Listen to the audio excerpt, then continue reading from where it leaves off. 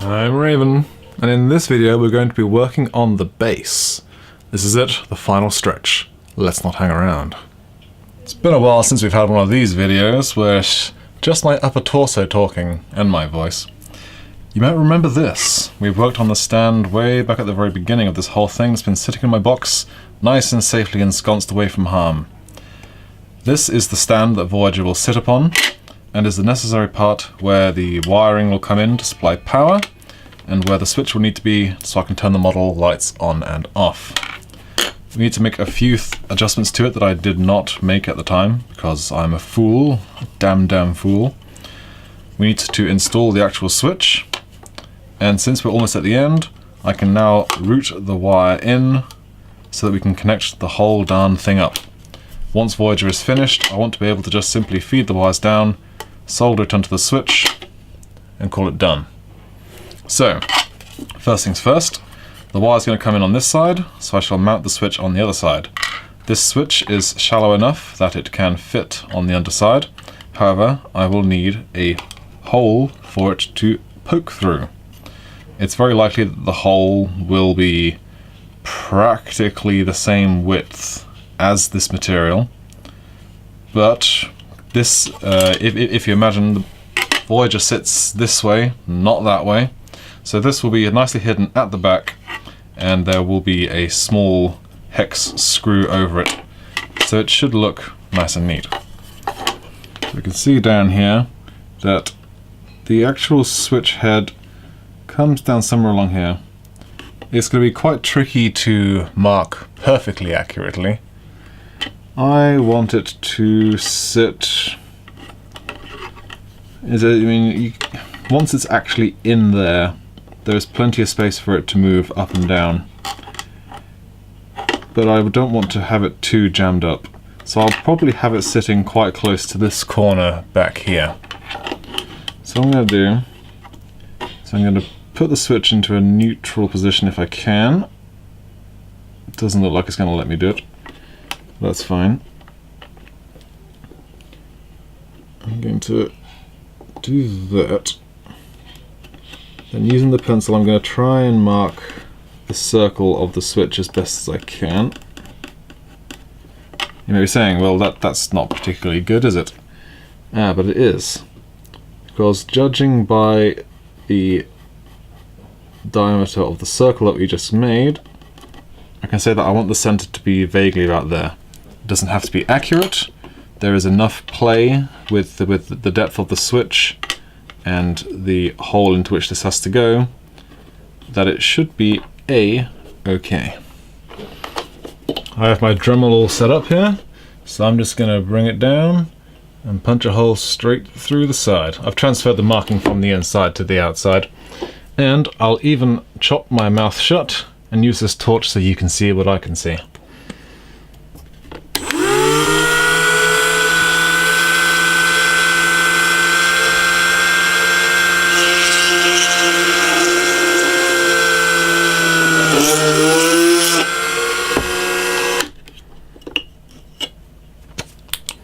There we go, easy peasy.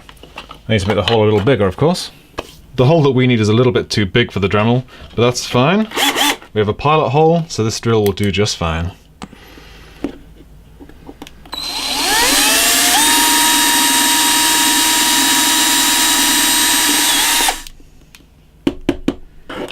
As anticipated, the hole is a little big. You know, it's come quite close to the edge there, and it has in fact just ruptured it a little bit. So we're just going to go ahead and take, let's go with a circular file, which I have around here somewhere. There you go. And we're just going to go ahead and get rid of this breach. We just weaken it. And bop. Naturally, of course, this means we have to respray this, but that's fine. It needed a retouch up, considering it's been a couple of years since I actually sprayed this. And despite being in the box, it has taken a couple nicks here and there. And then it also needs the matte applying to it. So I'll take a square. Oops. I'll take a square. And we're just going to make sure that this is nice and flat. Let's make sure it sits flat. It does. Let's put our switch in. And you can see, once the switch is in and down, there's a little bit of rock, so I need to clean it up a little bit more. But we're almost there. There we go. A little bit of cleanup.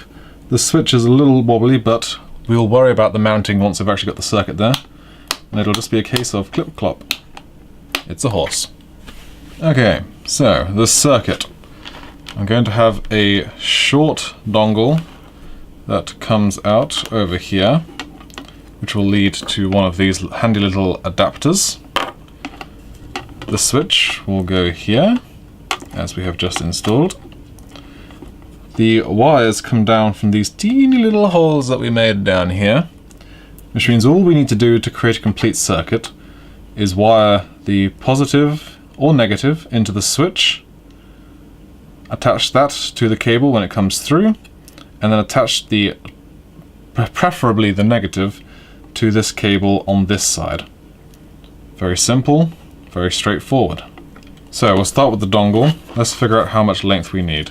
I'm going to take the cable a bit beyond the center, and let's say that looks about right. Let's check it.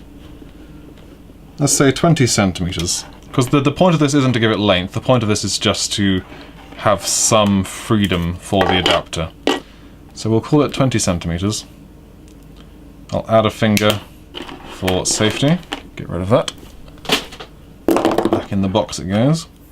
And now this is a flat 4 cable lead, but we'll only be using 2 of the cables.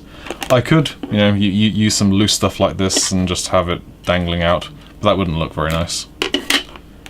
So let's tidy this end up and get everything back to a nice, neat, humble beginning. So we need to start by unsheathing the cable. Grab ourselves some wire strippers. You could probably just do this with a knife or similar. There we go. So you can see we have yellow, green, red and black. In fact, that was still a little bit too tight. So I will make that a bit looser for the other side. Which is now a little loose, but that's fine. I can do this on by hand. Now, we only are interested in 2 of the cores. So straight away I'm just going to get rid of the yellow and the green.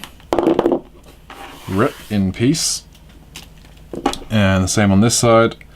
I'll get rid of the yellow and the green.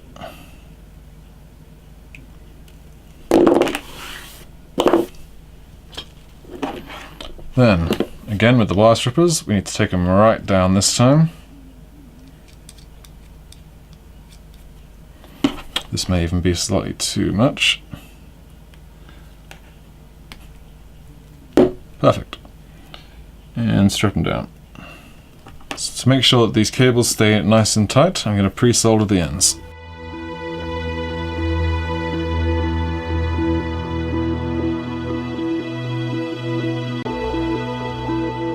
Okay, with all of that done, now we need to do is I'm going to mount the switch in and this end of the cable with some hot glue, and as you can see there's plenty of space in that initial triangle area that this is going to be mounted solid when it is done.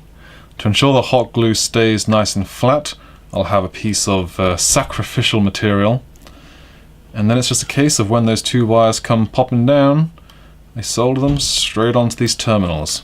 Now of course there's plenty of leeway on those wires. I made sure I left leeway when I put them in the first place. We're going to solder the wires on like up here, then we're going to feed that in, then that, then glue it in place. If you try and solder down in this bed, you're going to melt the base. So the last thing we're going to do here is respray this with some black, respray it with some gloss, and then matte coat it. But that's going to do it for this video. In the next one, we're going to bring it all together and conclude this build. Until then, I'm Raven, and that's all from Voyager.